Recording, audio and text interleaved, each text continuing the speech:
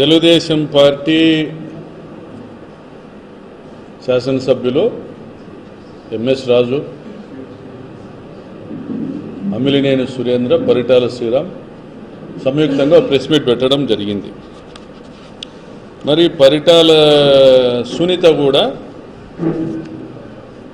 నా మీద కొన్ని వ్యాఖ్యానాలు చేయడం జరిగింది.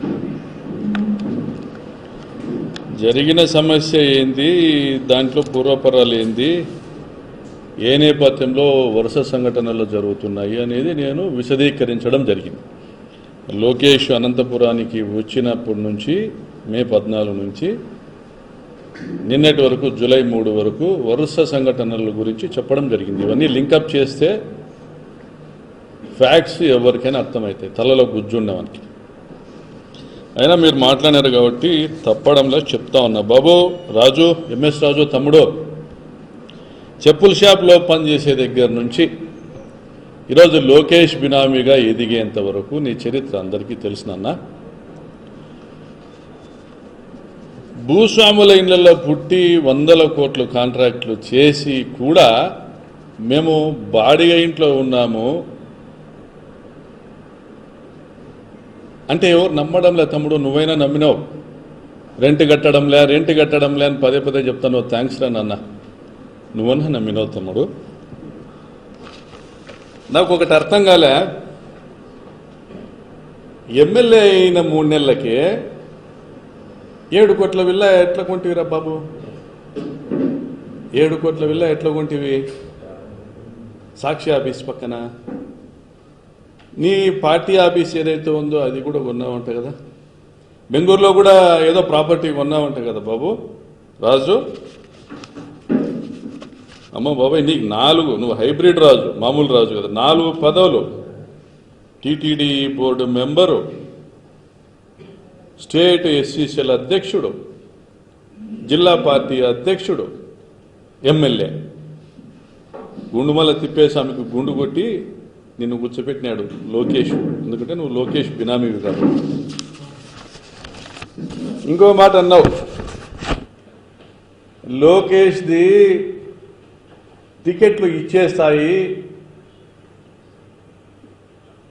మనందరిది యాచించేస్తాయని. కేర్ ఆఫ్ ప్లాట్ఫామ్ వాళ్ళు కాంట్రాక్టుల కోసం పరుపులు పరిచేవాళ్ళు టికెట్లు యాచించాల, చేతులు చాపల. నాలంటోడు కాదు, జనంలోంచి పుట్టినాం, జనంతోనే బతుకుతా ఉన్నాం. మా జీవితకాలం జనం కోసమే వెచ్చిస్తూ ఉన్నాం. మా సంపాదన, మా కాలము మొత్తం జనం కోసమే వెచ్చిస్తూ ఉన్నాం. మా నియోజకవర్గంలో సందుకు పోయినా, ఎక్కడ పోయినా ప్రకాష్ రెడ్డి అంటే ఏందో చెప్తారు. మీ కార్యకర్తలే చెప్తారు. మా వాళ్ళు చెప్తే అది సెల్ఫ్ డబ్బా అనుకోవచ్చు. ఇంకా నువ్వేంట్రా నాన్న, ధర్మవరంలో ఉన్నావు, నీ పని ఏదో చేసుకుంటా అన్నావు, అగరొత్తుల గురించి మాట్లాడుతా అన్నావు. చమన్ సాబ్ అనుకుంటివా అగరొత్తులు పెట్టేదానికి? చమన్ సాబ్ అనుకుంటివా అగరొత్తులు పెట్టేదానికి? అయినా నాకెందుకు రా గన్మెన్లో బుల్లెట్లు ఎన్ని వాడారో గవర్నమెంట్కి లెక్కలు చెప్పాలా? నేను లెక్కలు చెప్పాల్సిన అవసరం లేదు. అది నాకెందుకు? గన్మెన్లో మరి ఏమో సునీతమ్మకు పొద్దాక చచ్చిపోయిన మొగుడిని లేపుకొని ఏమో ఏళ్ళ తరబడి రాజకీయం చేస్తుంది. సంవత్సరానికి ఒకసారి వర్ధంతి, ఒకసారి జయంతి. పరిటాల రవి పేరు చెప్పింది ఆయమ్మ పూట గడవదు. ఎందుకంటే ఈ అమ్మ పరిస్థితి ఏందో తెలుసు పరిటాల రవి అభిమానులు. అది కాదు సునీతమ్మ, నాకు అర్థం కాదు. నిన్న ఒకటి అడుగుతా, నీ మొగుడు నీ కల్లోకి రావాలా కానీ నాకెందుకు వస్తాడు కళ్ళకి? మర్చిపోయినావా? కళ్ళెప్పుడు రానంత మర్చిపోయినావా? నీ మొగుడు నీకు కదా కల్లోకి రావాలి, నాకెందుకు వస్తాడు? మరి ఇంకా ఏదో చెప్తున్నారు. నాకు తెలిసి సునీత మాట్లాడిందో శ్రీరామ్ మాట్లాడినాడో పిచ్చుకుక్కల గురించి అనుకుంటా. మున్సిపాలిటీ వాళ్ళు తిరుగుతూ అంటారు వ్యాన్లు వేసుకొని, పిచ్చి కుక్కలు కనపడితే దాన్ని కాల్చి చంపి బుడుస్తా అంటారు. బూడ్చిన ప్రతి ఒక్క పిచ్చి కుక్క కల్లోకి వస్తుందా? నీ కొడుకును, నీ కుక్క పిల్లను ధర్మవరంలో కట్టేసినావు, నీ ఇంట్లో కట్టేసుకో. మున్సిపాలిటీ వ్యాన్లు ధర్మవరంలో కూడా తిరుగుతున్నాయి, మున్సిపాలిటీ వ్యాన్లు ధర్మవరంలో కూడా తిరుగుతున్నాయి ఈ మధ్యకాలంలో. మరి సురేంద్ర బాబు, నీ చరిత్ర ఏంది నాయనా? ఎవరినైనా నువ్వు? యా ఊరు నీది? కేరా ప్లాట్ఫామ్ కానివి నువ్వు. రాజాన్పల్లిలో సిమెంట్ బ్రిక్స్ ప్లాట్ఫామ్ వేసుకున్నావు. ఆ నుంచి ఈరోజు 1000 కోట్ల ఆస్తిపరుని కాటికి ఎదిగినావు. మరి ఎవరి బినామీవి?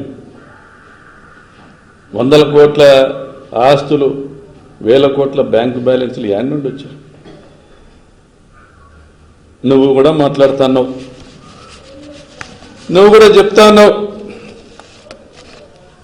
నాకు 100 కోట్ల ఆస్తులు ఉన్నాయి, 1000 కోట్ల ఆస్తులు ఉన్నాయి, నేను నెలకు 10 కోట్ల జీతాలు ఇస్తాను, నియోజకవర్గంలో ఏ ఆదాయము నాకు వద్దు అని మీ కార్యకర్తలందరికీ చెప్పి ఎలక్షన్ చేయించుకున్నాం.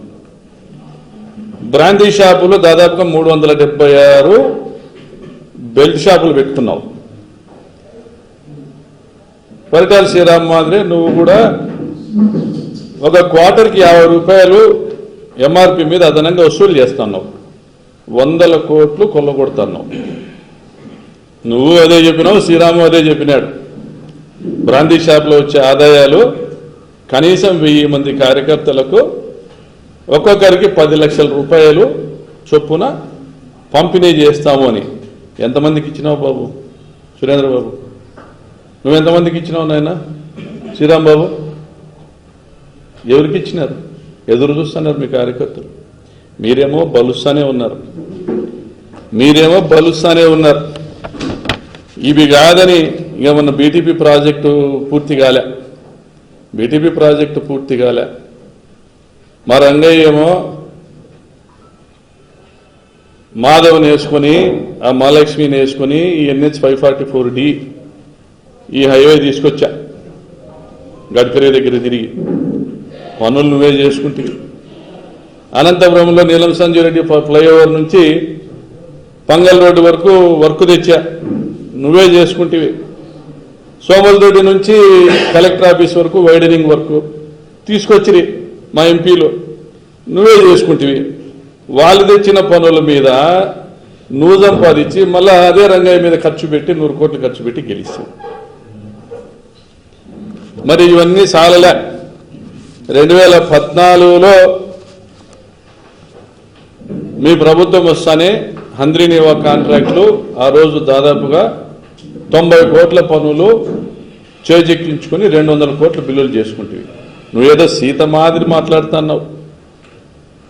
నేను నష్టంలో పనులు తీసుకున్నానన్నావు. మరి నష్టంలో పనులు తీసుకునేంత త్యాగమూర్తి అయితే 90 కోట్ల పనులను 200 కోట్ల బిల్లులు ఎట్లా చేసుకుంటావప్పా?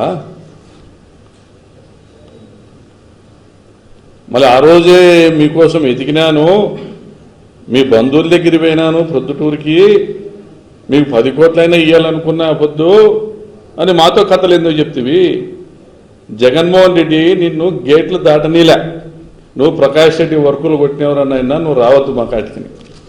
నువ్వు ఎలక్షన్లకు ముందు మా పార్టీ వాళ్ళకు ఒక 4-5 ఎవరికెవరికి ఎలక్షన్లకు చందాలు ఇచ్చినావు, వాళ్ళని పిలుచుకొని అన్ని ప్రయత్నాలు చేసినావు. ఏది కుదరకపోతే మళ్ళీ నా కాటికి వచ్చినావు.